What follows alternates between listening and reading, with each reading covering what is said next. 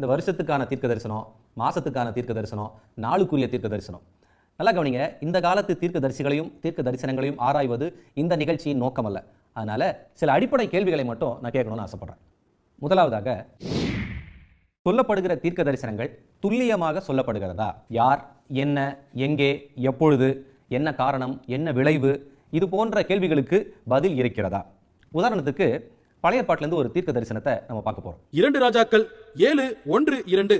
அப்பொழுது எலிசா, கர்த்தருடைய வார்த்தையை கேளுங்கள், நாளை இந்நேரத்தில் சமாரியாவின் வாசலிலே ஒரு மரக்கால் கோதுமைமா 1 சேக்கலுக்கும் 2 மரக்கால் வார்கோதுமை 1 சேக்கலுக்கும் விற்கப்படும் என்று கர்த்தர் சொல்லுகிறார் என்றான். அப்பொழுது ராஜாவுக்கு கைலாக கொடுக்கிற பிரதானி ஒருவன் தேவனுடைய மனுஷனுக்கு பிரதியுத்தரமாக, இதோ கர்த்தர் வானத்திலே மதகுகளை உண்டாக்கினாலும் இப்படி நடக்குமா என்றான். அதற்கு அவன், உன்னுடைய கண்களினாலே அதை காண்பாய், ஆனாலும் அதிலே சாப்பிட மாட்டாய் என்றான். எலிசா சொன்ன தீர்க்க தரிசனத்தை கொஞ்சம் நல்லா பாருங்களேன். யாருடைய வார்த்தை? கர்த்தருடைய வார்த்தை. என்றைக்கு? நாளைக்கு. எந்த நேரம்? இந்த நேரம். எங்கே? சமாரியாவின் வாசலில். என்னது? கோதுமை மாவு. எவ்வளவு? 1 மரக்கால். எவ்வளவுக்கு விற்பனை? 1 சேக்கலுக்கு. வேற என்ன நடக்கும்? பிரதானி கண்ணால பார்ப்பான், ஆனா அதை சாப்பிட மாட்டான்.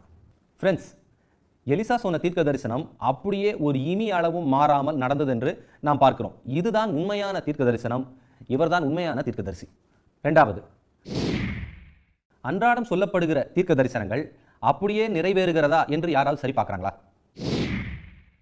இவர்களுக்கு தீர்க்க தரிசனம் எங்கே இருந்து வருகிறது, வெளிப்பாடு எப்படி வருகிறது என்பதை தெளிவாக இவர்கள் கூறுகிறார்களா? சொல்லப்பட்ட தீர்க்க தரிசனம் நிறைவேறவில்லை என்றால் இது நிறைவேறவில்லை அப்படின்னு யாராவது கேள்வி எழுப்புறாங்களா? இந்த காலத்து தீர்க்கதரிசிகள் தங்களை பழைய ஏற்பாட்டு தீர்க்கதரிசிகளுக்கு நிகராக நிலைப்படுத்திக் கொள்கிறார்களா? இவங்களை தீர்க்கதரிசிகளா நியமிச்சது யாரு?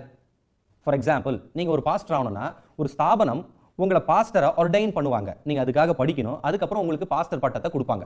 அதே போல இவர்களை தீர்க்கதரிசிகளாக உங்களை நியமித்தது யாரு? எந்த ஸ்தாபனம்? எந்த அடிப்படையில்? தீர்க்க தரிசனம் சொல்றவங்களுக்குலாம் நான் ரொம்ப பணிவாக சொல்லிக்கொள்வது ஒரு விஷயம்தான். என்னைக்கு நமக்கு வேதாகமம் கொடுக்கப்பட்டதோ அன்றைக்கே ஆண்டவருடைய முழு சித்தமும் நமக்கு வெளிப்படுத்தப்பட்டிருக்கிறது. நீங்க ஸ்பெஷலா தனியா ஆண்டவர்கிட்ட இருந்து எதையும் பெற்று விசுவாசிகளுக்கு கொடுக்க தேவையில்லை. பழைய ஏற்பாட்டு காலத்திலே ஃபோர் டெல்லிங் அப்படின்னு இருந்தது. அதாவது ஆண்டவர்கிட்ட இருந்து காரியத்தை, விஷயத்தை பெற்றுக்கொண்டு ஜனங்களுக்கு சொல்லுவாங்க.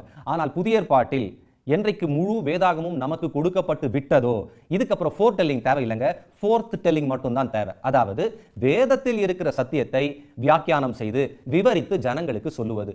அதை நீங்கள் சொன்னால் போதும். புதிதாக ஸ்பெஷலா நீங்க ஆண்டவர்கிட்ட இருந்து எதையும் எடுத்து சொல்ல தேவையில்லை.